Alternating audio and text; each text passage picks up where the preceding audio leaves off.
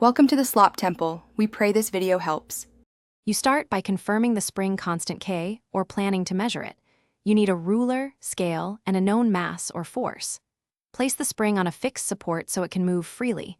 Measure the free length L0 precisely. Once done, zero the scale and record the mass you will add. These first steps set accurate references because every subsequent compression is relative to that initial length and to the applied load. Make sure measurements are steady and repeatable.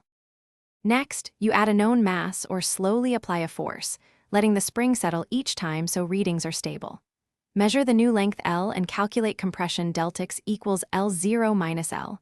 Log the corresponding force F equals mg, or applied force. Repeat with several increments to check linearity. If F versus deltix is a straight line through 0, Hooke's law holds. Once you have consistent values, you can compute compression precisely and spot outliers to remeasure. Finally, use Hooke's law to compute compression. If K is known, deltix equals F/K.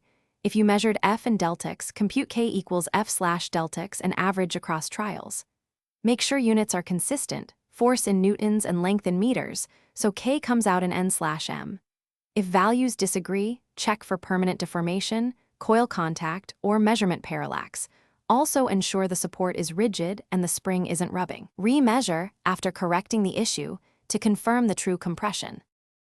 Thanks for watching. Consider subscribing if we helped you.